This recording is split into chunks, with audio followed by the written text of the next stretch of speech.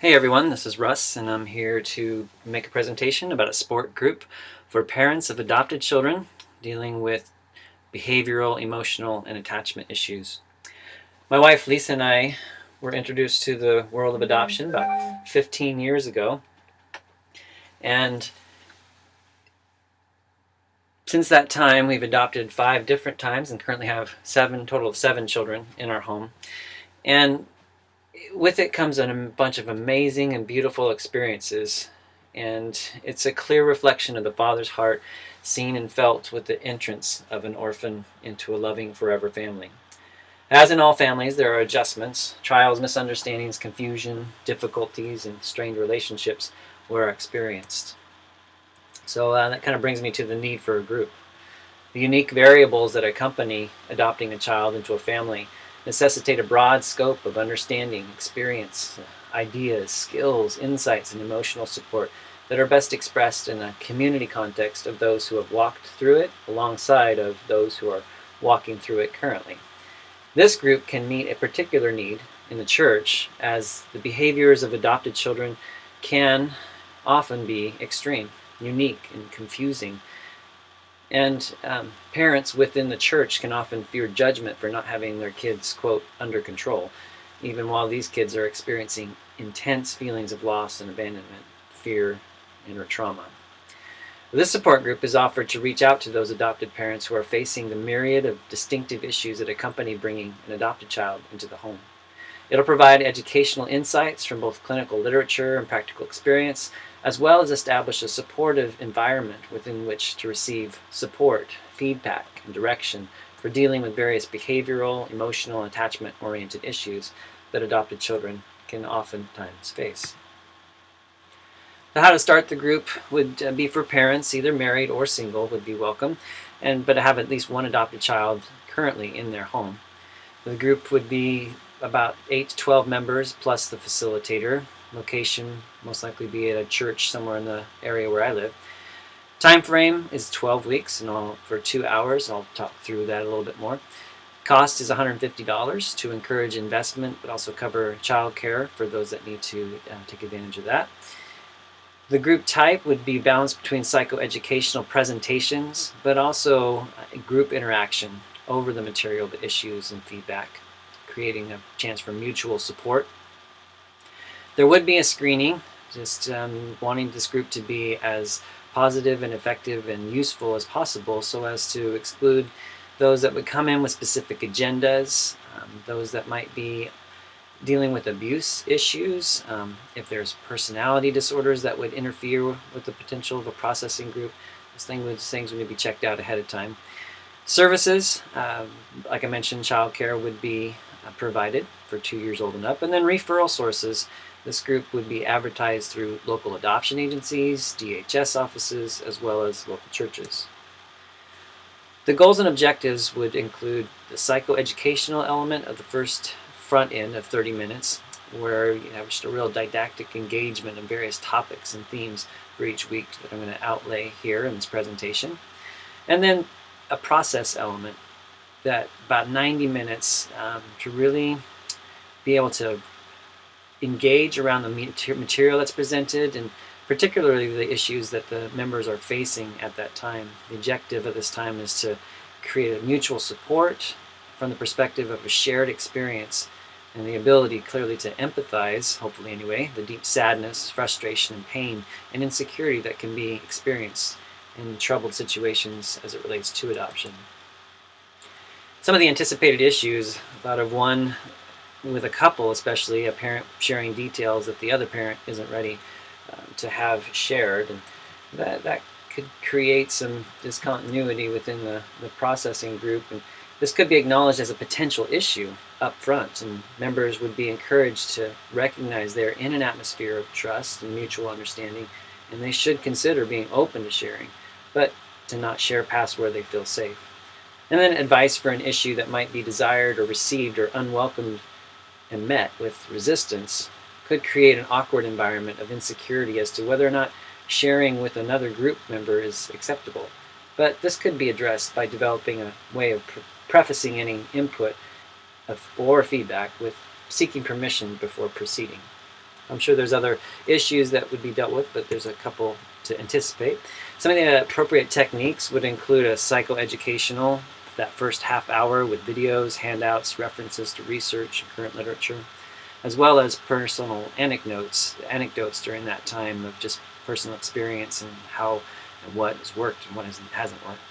An experiential element, occasionally, maybe role plays, as well as some games that could be utilized with kids and practiced in that group setting and then taken home and used at home. And then, of course, the process group aspect, facilitated discussion, building support, practicing empathy, and then sharing those successes and failures. Oops. And now the roles of group members. It's all kind of in 3 different stages. One, as students in that first section, just trying to soak in as much information as possible that would be helpful for them. But then the engager, where group members are encouraged to be open, vulnerable, and willing to share, and allow people to join them in their fears and frustrations, joys, and even successes.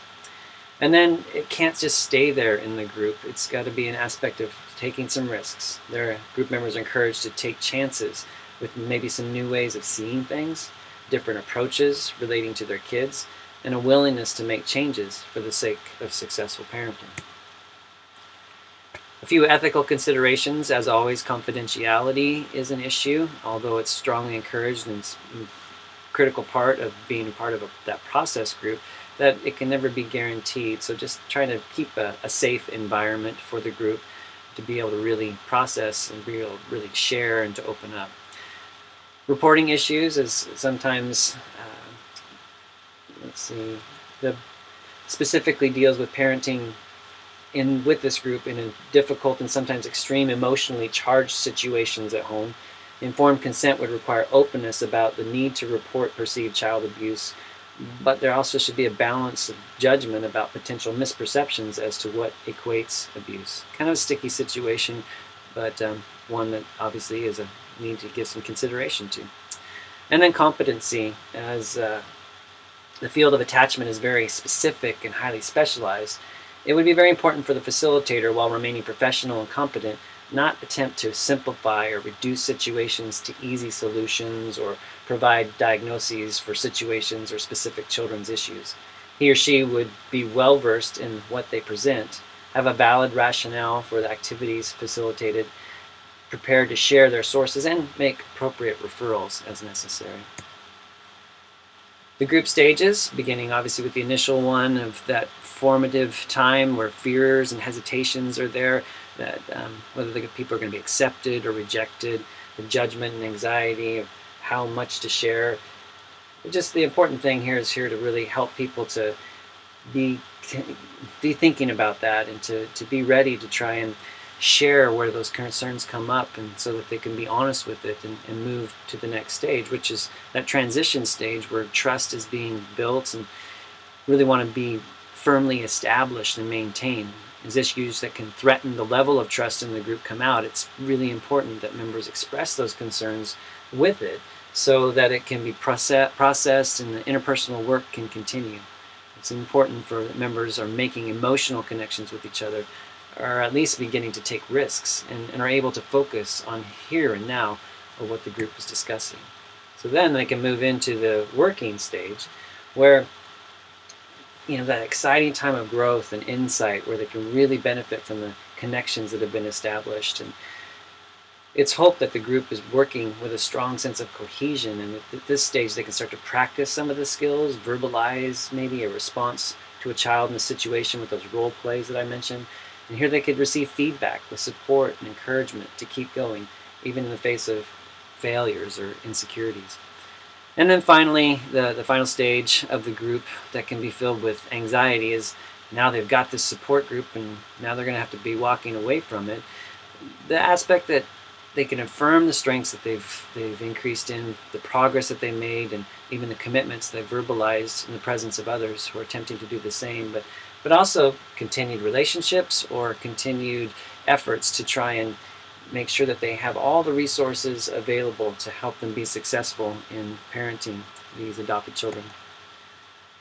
A theoretical basis for the curriculum, as presented here from attachment therapy perspective, trauma therapy and aspects of object relations, all those attachment issues, all those connections would be really, really important in the context of what's being shared here, as well as cognitive behavioral with the whole aspect of specific parenting skills, and then family systems, as bringing a lot of these families would already have children in the, currently in the home, and so you got sibling relationships and parent to child and child to parent.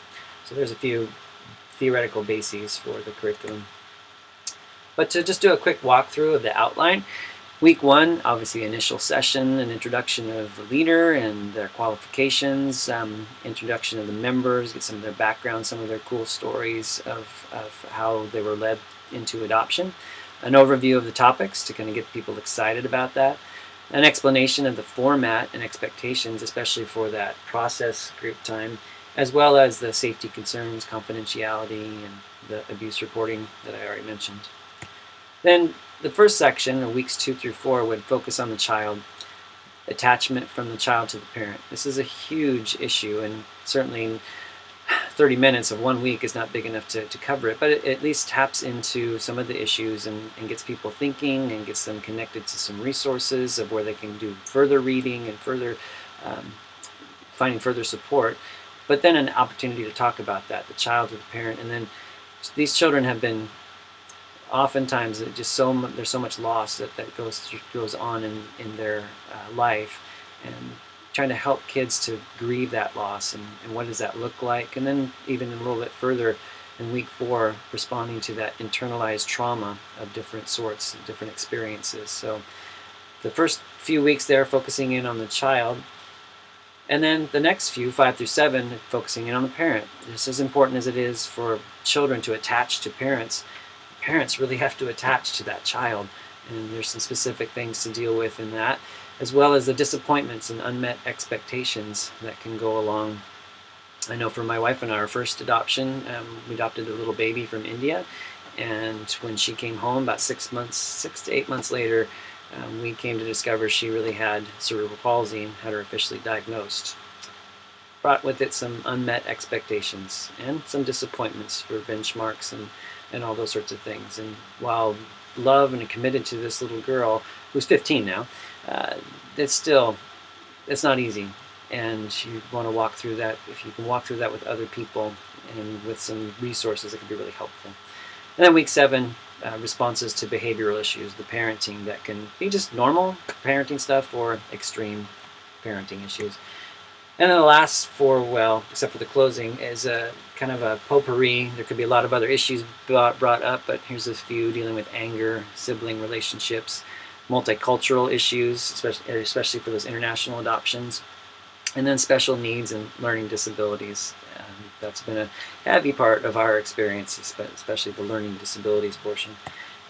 And then the final week, closure, affirming the growth and commitments, revisiting those resources that were put out throughout the several weeks of the group, and then encouraging one another on to support and to not disconnect. If they made some good connections, to try and keep that, or at least the value of connecting with other families to make their forever family really successful. So there you have it, a support group for parents of adopted children, and thanks for listening.